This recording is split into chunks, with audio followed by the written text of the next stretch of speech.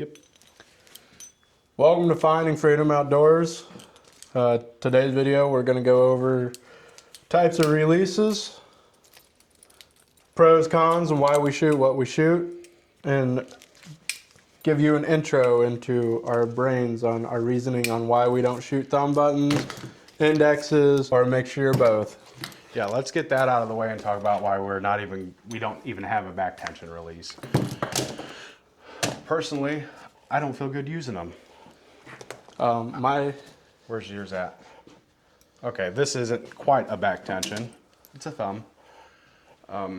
Let's pretend it's a back tension. Where's your bow at? Have him do a little explaining. For the back tension, when you go to draw, you are guaranteed you have to keep your draw fingers square, level, and parallel with the draw of your bow. So say, hypothetically, in the heat of the moment, you yank back and you cock your wrist, relax your pinky, or put too much tension on your pinky. When you draw back, halfway back, you'll release the arrow. And that incorporates a misfire on, possibly a buck of a lifetime, an elk. We work so hard for our one chance at a, in quotes, trophy animal. However you want to relate that to your situation of hunting, whether that's a deer, mule deer, elk, whitetail, a turkey for all it matters. You have to be completely consistent and guaranteed that your fingers do not move upon draw. With any other, even a thumb button, you can lock it on your string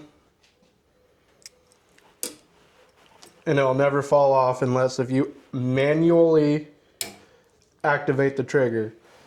And once that safety, you can reset safeties on a lot of back tensions, but if you forget and said your one chance you get at that animal, you draw back, release your safety, and you forget to put it back in and you let down, you're gonna fire an arrow on your letdown whether you want to or not if you forget applicating the safety. It's another variable you have to remember in a situation where every variable's going out the window because you're either excited, panicking, empty-minded because you've worked hard, you've trained all year, you've shot all summer for the one shot that you get. Removing the variable of a mess up is very important in my mind. Okay, so we'll eliminate the back tension. So you can have a hybrid, which there's not too many of.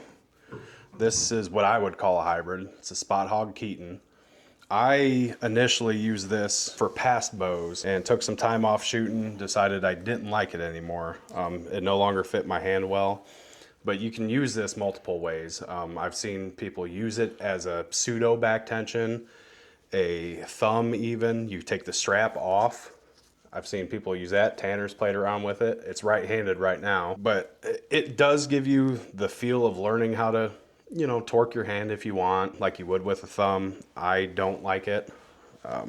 It's a good option to learn. This is really good if you have shoulder problems, need assistance in pulling back, really hammering onto something. It's not terrible, not my favorite. If you're at draw, pretend I'm at draw here, and you're setting like this, in order to get your finger, you can use your middle finger, but I don't. If you want to do this, this naturally breaks away as you bring your finger over, which I found actually makes me jerk my bow forward. To add with this Keaton, because I do enjoy using it target purposes only. I will never use this to hunt. For that given reason, as Dan stated, there's a lot of movement to actuate. You're holding it like this, and you come to full draw, you have to move your finger, and that's a variable where it wants to pull the bow out of your hand because you have to relax your draw arm a little bit. But the way I prefer to use it, I keep the wrist strap on for a safety, because I don't know if the camera will pick it up. That little set screw sticking out is your adjustment on your trigger weight. I have this cranked as far out as it will go. It takes, in my guess, probably 2 pounds, 2.5 pounds to pull that trigger.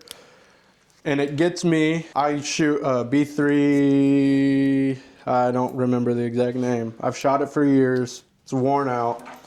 It gets me in the habit of not punching a trigger, but when I'm at full draw and I set my middle finger on this and I'm squeezing, and it finally broke open, it breaks the habit of wanting to punch a trigger. For the price, I wouldn't buy it, just for the reasoning of it is expensive. training. It is very expensive. What, 120? I don't remember. Over $100. It's over $100, so you're spending a good amount of change on the release itself. But I do enjoy taking the strap off or leaving it pretty relatively loose. If it was to sit in my hand, there's 1.5 inches of play before it tightens up. And learning to squeeze through your shot rather than with like my B3 here. This has no adjustment features on it. I don't know if the camera will be able to focus on this very well. There we go. There's no way to adjust the tension on it. You can adjust the length. Now obviously the tension on your wrist, because it is a buckle style.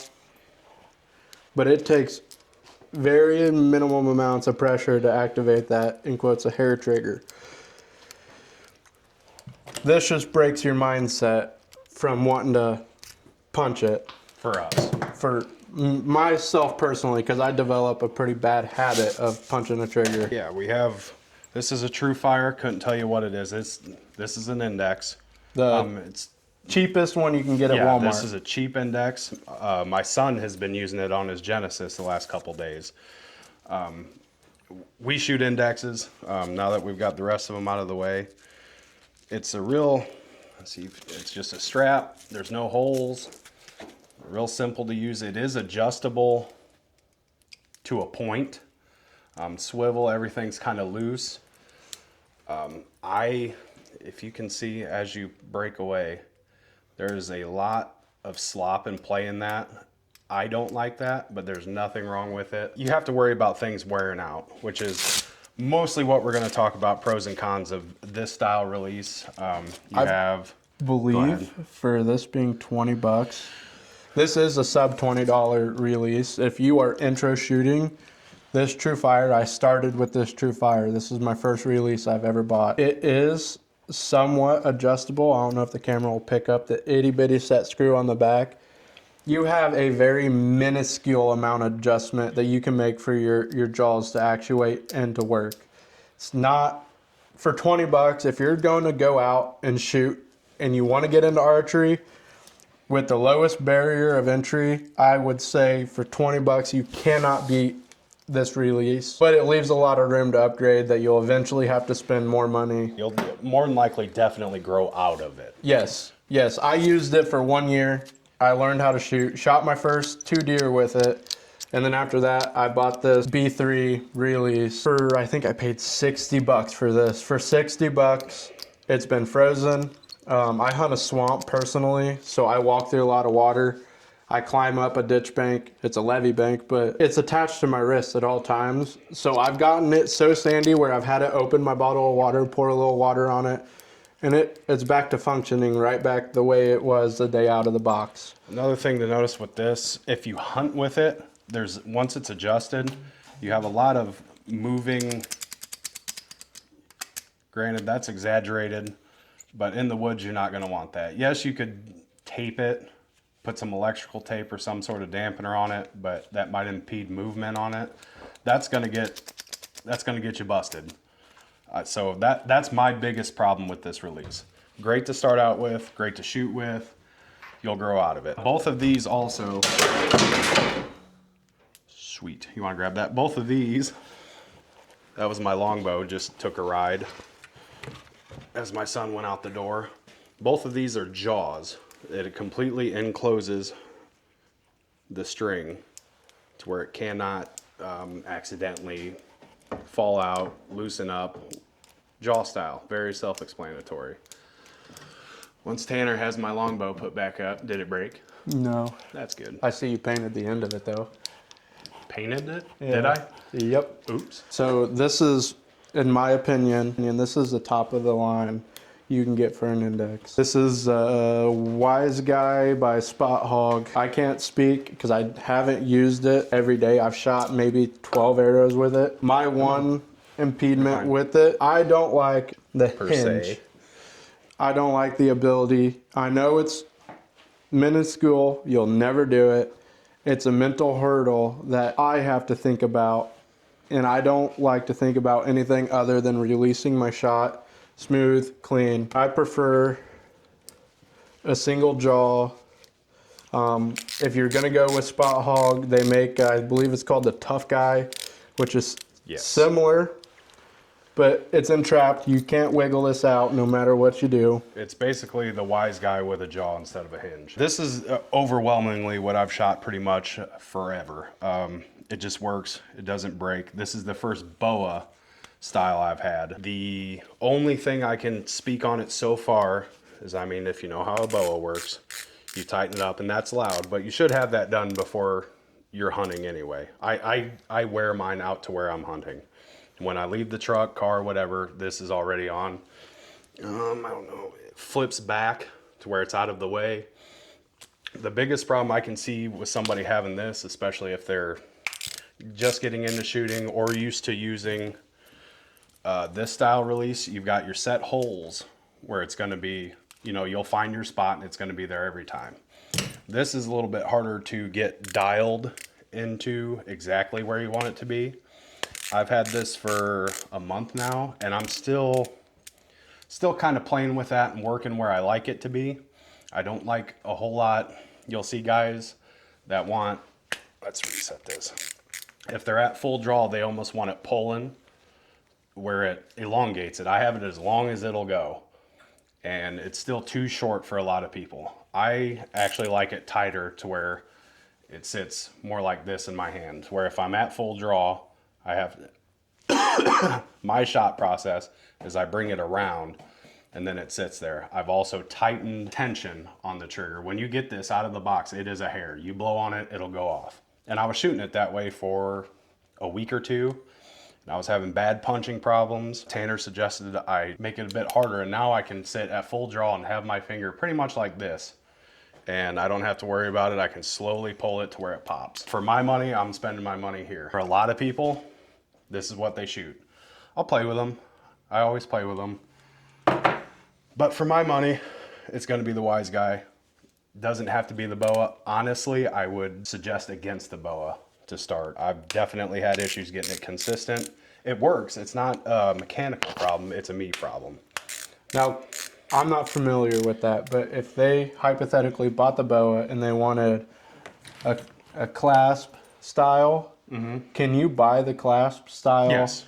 So you have full adjustability. Actually, where's the true ball? You can get the Wise Guy with the boa, with set, and I believe you can also get it as a rigid wrist strap. I think you lose some adjustability, but almost positive you can get it in all three configurations. I paid probably $30 more to have the boa. I just wanted to try it. Definitely for me, it's the Wise Guy. Would you say with the boa, would you say that every time you put it on, it's a little different tension? Yes. Yeah, that's what I was talking about. I haven't quite found a good way, and maybe somebody has, to have it the exact spot every time. I haven't found it. Because for me, I don't know if the camera will pick it up, I have one hole that is beyond worn out than the others. It's the center one right here. So when I put my release on, every single time it goes to the same hole. I like my release loose, so when I'm at full draw, my release is trying to creep over my hand. The exact opposite of what I like.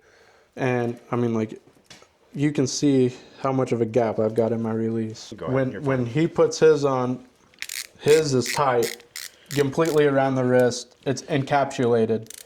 Encapsulated. Yeah, I don't want to see daylight. That's a little looser than I like, but I don't want to have that creep as you're drawing. And I draw. It's an 80-pound bow. It wants to pull, and I don't like it feeling like it's going to come out of my hand. That's a mental block for me. And I know most people, when you add hunting clothes, what I like about the clasp style, so I'm gonna roll my sleeve down a little further. When I add hunting clothes and it's above either a sleeve, a coat, what you have it, whatever you decide to wear out. I hunt in 10 degree to 70 degree weather, so that gap's always there. It's always comfortable. I'm just at one hole less than I was before. So even when I'm in cold weather, I have the same exact consistent movement of my release. And I know most people tell you when you start using a index to be able to wrap your finger around, fully around the trigger. I like to use the very tip of my finger with no pressure on it. It's hard to do. So when I'm at full draw, I want my release to just, my finger to kind of barely gently touch it. And I use my first knuckle here, and that's what I use to trigger. I kind of push down, if that makes sense, instead of pulling. Well, I found if you wrap your finger around like a rifle or a shotgun, a lot of you people are probably more familiar with guns, you get in the habit of going, I in turn push down and it slides naturally with my knuckle movement. Gives me kind of a surprise shot, but it's a controlled surprise. I know when the bow's going off. I know exactly how it's gonna go off and where it's going off. I'm not pulling back with a back tension. Is it gonna go off now? It's not a complete surprise, but it's enough of a surprise that I maintain a high level of accuracy. Little thing he mentioned, his little mental block, and he's done it. It's still just a mental block for him. Once this is on, I've been at full draw. If you have your bow hand right, you can move this around. I mean, I can do it here, but you can do it on full draw as well. And it is not gonna fall off that hinge. Now, I've only shot one in the Wise Guy. Some may be configured a little different, so that could change. But with this one, I've never been able to have it accidentally roll off the D-loop per se. I don't have that problem with it. I think it's probably mental, but I think not having the jaw is less chance of it just barely catching on something and throwing you off. But you're not going to, I don't know how well you can see, you're not going to, you know, once it's under tension, you're not going to be able to slide it off. And then just a crisp, small break. With that being said, on a release standpoint, you want to find something that is reliably accurate for you. Now, if that's a thumb button, I'm not a fan of them. But if it's a thumb button, that's you. It could be a back tension. This is where you'll see in the future we argue with a lot of shops / bowtechs we know. There's not a one way fits all for you to shoot a bow. It's not real. I don't believe it. It's got to be comfortable for you, or you're not going to want to shoot it. And then come October, you're gonna hurt a deer, miss completely, and you know you're gonna be mad. And you should be. You gotta find what works for you. I'm sure if you walked into your local bow shop, and if you don't have a local bow shop, within an hour drive, you should be able to find something bow shop wise. I'm sure you can walk in, and I know personally the bow shop that I used to go to before we started our own, you can walk in and try different releases. You may not be able to try everything in their stock because they have to have one open. They can't destroy the packaging and expect to return and sell that. You can go in there and get an idea if you like a thumb button, if you like an index, or we'll use this as an example. Pretend this is a back tension, hinge, XYZ. You can try something. It may not be what you end up with. The moral of the story is support your local bow shop. We need you. You need us. When stuff goes wrong, it's much more valuable to have a reliable bow tech than trying to piece stuff together and become inaccurate. And as Dan stated, make a shot that you regret on an animal. I personally have made one bad shot in my life on the biggest buck of my life, and I still think about it to this day. And it happened 3 years ago. I still lose sleep over that shot. I searched 8 hours, 5 miles, couldn't find him. Just to know that whether he lived or not, because I shouldered him pretty bad, just to know that I caused that deer a lack of enjoyment in his life, because as we know, they probably don't enjoy their life as much as we'd assume they do, because they are prey, they're hunted every day. We hindered his ability to exist, and that's something I personally don't want to live with. I think you should go to your local bow shop. If you have the money, which I don't, Just buy a bunch of random stuff, find what works. You can either give it away, sell it, Facebook Marketplace, there's a bunch of Facebook groups. Find what works for you and makes you the most accurate. Most of all, makes you comfortable. Because comfortability brings confidence, confidence brings results, and results are the only thing that matter in our sport, in our world. Even if you're gonna target shoot, missing by the size of my pinky could be the difference between bringing home a win or being second place, and second place is the first to lose, or it's a life. We work so hard every day to provide our enjoyment and fulfillment of the outdoors. Why would you sell yourself short because this is what XYZ uses and you got to be like them, or Bow Shop told you this is the best and you end up not liking it. Dan shoots a, what, 130? I don't remember, somewhere in there. You can buy 3 of these for one of these. And this won't even get you one of these. Yeah. I shoot a $60 release. Yeah, real quick, 90% of influencers, good archers, and they are, don't get me wrong, are gonna tell you this or a back tension. You gotta find what works for you. And I'm terrified of these. I'm terrible with them. I suck. It's bad. I'm a child, I guess. UV button, if you buy it in this configuration, a 2-finger configuration, you have to buy this for 30 bucks and they come with one. It's not, you pay 30 bucks and you get a 2-finger, a 3-finger, and a 4-finger. You have to buy a separate individual piece for your release every time you want to make an adjustment on it, which adds up to where, say you bought 3 additional pieces there, you have 90 bucks invested, roughly. It's about internet costs. You could have dang near bought one of these and been done with it. There's no adjustments other than what comes with it. You don't buy no extra fingers, no extra, you see them online. People 3D print the thumb, the actuator itself, the trigger per se. That's all extra income. For the barrier of entry, don't go expensive. Try out a bunch of releases and say if you do like a thumb button and you pay $60 for a thumb button to test and you end up loving it. Then you can justify spending $300-400 on a good quality piece of equipment that will last you multiple hunts. You ain't got to worry about it versus Dan and Tanner told you to shoot this, so I've got to shoot this. Let me go invest $400 and you hate it. Now you're out $400 and you're not happy. Okay, so this is my setup with the Wise Guy, as we talked about before, but now you'll be able to see it a bit better. My with the shot boa sequence with the boa. You're on your back. Don't fire. Not gonna fire. Okay, now as you can see, go to the release. You can see I come up over top and my finger is on it, but I don't have to make it go off until I'm ready to. Where before, previously, I have it set and if I blew on it, that thing would go off. So I had to do some adjustment to make it work how I like it. You want to shoot the thumb button? Nope. I've still got it recording, but we can cut it at the end. You can certainly shoot the thumb button. Okay. Okay, so the cheapo TrueFire. As you can see, one thing I don't like about it, once it's set, it's a little floppy, which I'm sure you could probably tighten that up maybe. I'm not sure, but it's a little sloppy. It isn't really long enough for how I'd like, but it works the same way. Your jaws are on. And these are dual moving jaws. That's another thing we forgot. Yeah, some only one break, some they both do. But I mean, it'll work the same basic way. You get on, thumbs or fingers behind.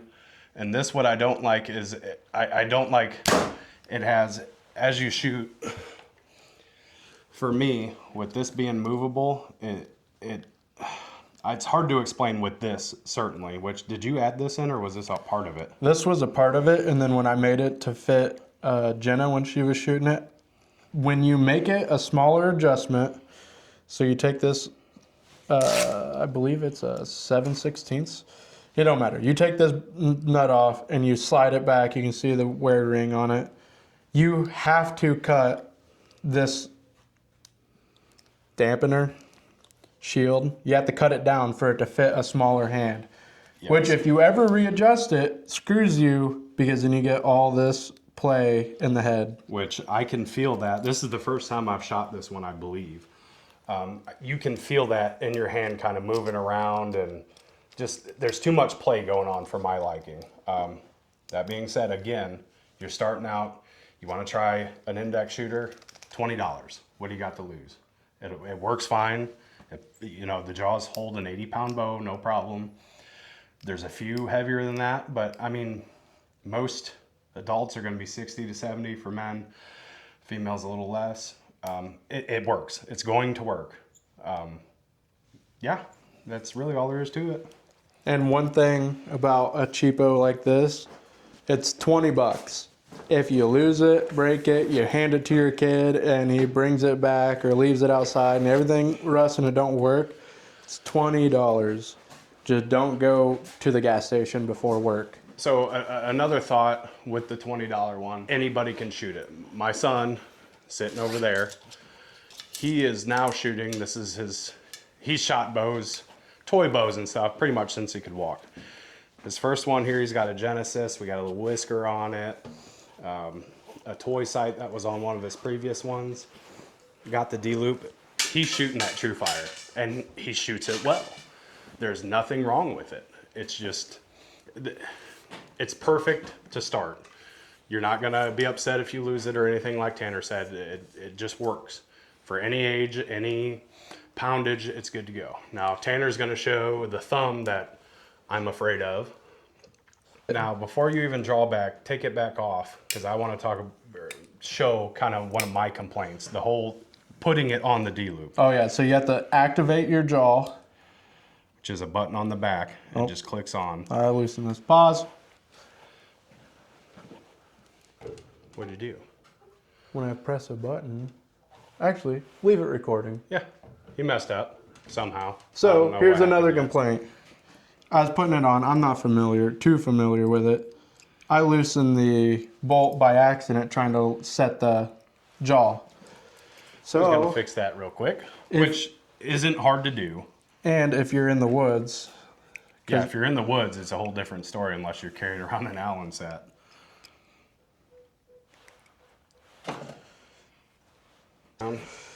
My problem with this thing. You have to activate the safety. You press this, you hear it click. And here's my problem. It's kind of a hassle to get it on. Now, once it's on, it's on. Yeah. So if you hang your bow to hunt, that's one thing different. One thing I do not like about this, I like my release attached to me at all times. Because who's to say that, you know, we do a lot of ground hunting. Majority of our hunts is either in a saddle or on the ground. What if you set this down and forget it? What if you bang this off the tree and it's on the ground? You're not going to hear it in the leaf litter on the ground or the brush or wherever you're hunting. There's a good chance that you leave $250 behind. Now, I'm going to... Drawing, I will say, it feels so much nicer. But then you have to turn your hand 90 degrees. Personally, for me, there is no consistent anchor other than my knuckle touching my jaw. It works. It works fabulously if you like it. I don't like having to turn my hand like this. I use my thumb behind, there's a pressure point right here that kind of hurts. I use my thumb with a release. And I push it on that pressure point as an indicator of pain, a tangible indicator of my shot. Now, I will shoot my release and then we'll both go over the Keaton because you have more experience with the Keaton than I do. But I shoot it how you're not supposed to shoot the Keaton. Right, yeah. Cheapo. This is his everyday driver. What is it? B3 Nemesis, I believe. B3.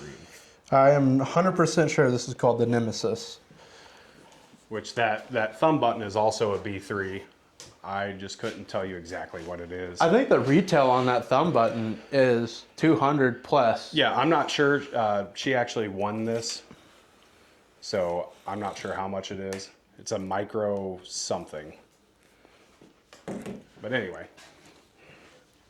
One thing I like about the B3, and granted it's a cheapie, is it locks back behind snug. So when I'm climbing, if I'm climbing up a If I'm in a saddle and my sticks, locks back, I don't hear it. It don't rattle against anything. When I need it, it's there. I prefer the one jaw, I forget what they're called, clasp.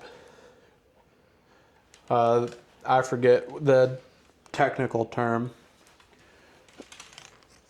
But when I draw, my thumb goes right here and I anchor. It's self-explanatory. There's no variable in the way to shoot. Actually, you can shoot the Keaton both ways, or else I'm gonna have to flip it over. That's another drawback of the Keaton. It's not a big deal, but say if you're like me and you've been cursed with being left-handed, you have to flip the strap over. And actually, it's the same way with the Wise Guy, with the boa. You have to flip it over. That's something else to think about. So we'll have him show the ways that we found that we play with to shoot it. Play with is exactly what it is, because neither one of us have really found a great way that we like it anymore. I don't know how I used to shoot it all the time. I enjoy it. Personally, I do enjoy the Keaton. I wouldn't hunt with it, but for target shooting, we did have a few, not dry fire issues, but it was set from factory so loose that halfway through draw with your 80-pound arc, it released itself or wasn't completely locked. One of the two. We haven't found it, and we've never been able to recreate it since we've taken the tension adjustment all the way out. Yeah, the best we can think is from factory. It was set so loose. If I draw my arc back, and it wasn't every time, but I draw my arc back, and during the draw cycle, they'd let it go. Now, we could have, like you said, it could have been a locking issue. Not sure. Human error, we don't know. One thing I will say, if you are struggling with any sort of rotator cuff or shoulder pain, this allows you to, it feels like you can pull 10 plus pounds more than what you would be able to. Which is, I mean, that's part of how it's advertised. You can bring it back around, use your thumb, or not your thumb, your middle finger, which is the way I like to do it, which I leave my hand straight. I'll have to pull arrows after this round. Yep. And you're going to probably see what it does, because I am not used to doing it. You're going to do it index? Yeah. Yeah. So Now, wait until go ahead, but. I'm going to do this exaggerated because for video purposes. Okay, so this is that draw. Tell me when. Go ahead. See how that hinge works? That's a whole, that's a whole lot of movement. And it feels like it wants to slip. Like the release itself feels like that wants to slip out of my fingers. Yeah, it throws, for us, it throws everything off. Point proven. I can't seem to stay anchored. And that could be simply our problem. But it's a variable. When it's like this in the configuration for index, this is, in my opinion, uncomfortable at full draw holding any sort of weight back. It feels like it wants to, I don't know if this will make any sense, dig into my fingers. The whole point of the grip is to dig in your fingers. I get it. But it feels like the only weight on my holding back is in between my knuckles, where I wouldn't want the weight. This is comfortable. The way I shoot it the most is I draw back. I'll pull an arrow real quick. And this is the way I shoot it. And I'm not saying this is right, but this is one of the, in quotes, selling points I would use for the Keaton. And it's big, noisy and big. Yeah, to get it out of your way also running around, you almost have to tuck it into your sleeve if you're wearing long sleeves. There's no lock back, it just kind of flops. There's really no good way for this to be stowed away for traveling purposes. This is the way I prefer to shoot it. I bring my middle finger around, I'm keeping it straight. My first knuckle is using my my anchor and I kinda not let go, but let the release slide through my fingers and set itself off. That, in my opinion, is probably the best way to use it, in my opinion, and for me. Okay, so that's the releases that we have to show. We will Again, not use back tension or hinges. I wouldn't say never, but we don't have any right now. I've never even, yeah, I have. I've tried a back tension, not very successfully. And that could be why we're not professional archers too. That's something to think about. Yeah, through all of our videos, remember, we're not, I don't know, professional, I guess, but what would you call it? Yeah, we'll just go with professional shooters, professional whatever. We're just two guys that live, breathe, and our existence is around archery. I have not picked up a gun to hunt since 2020. I shot my first deer with a bow, and from then on, I never picked up another gun, rifle, shotgun. We even small game hunt with bows. It's gotten to that point with us. Yeah, which that is the plan for that Z7 hiding behind there. And that's release roulette, and the reason why we shoot what we shoot, the explanation behind them, kind of a look into our thought process of each release. So yeah, keep shooting, shoot every day, whether it's one arrow and you just take a step outside and shoot one arrow, shoot one arrow a day or more. Every day, become a better archer. Somebody give us a release to try. Yeah, if anyone wants to donate a back tension, I would more than likely love to pick it apart and try it. Maybe I'll fall in love with them. I've tried them before. I don't like them. But who's to say that I'm not a new man? You know, I slept since then. He did hate the Keaton at first, and now he plays with it all the time. Still doesn't trust it, but he plays with it. It's not a daily driver, but it is fun to play with. On that note, go outside, get lost, push yourself. Find your freedom.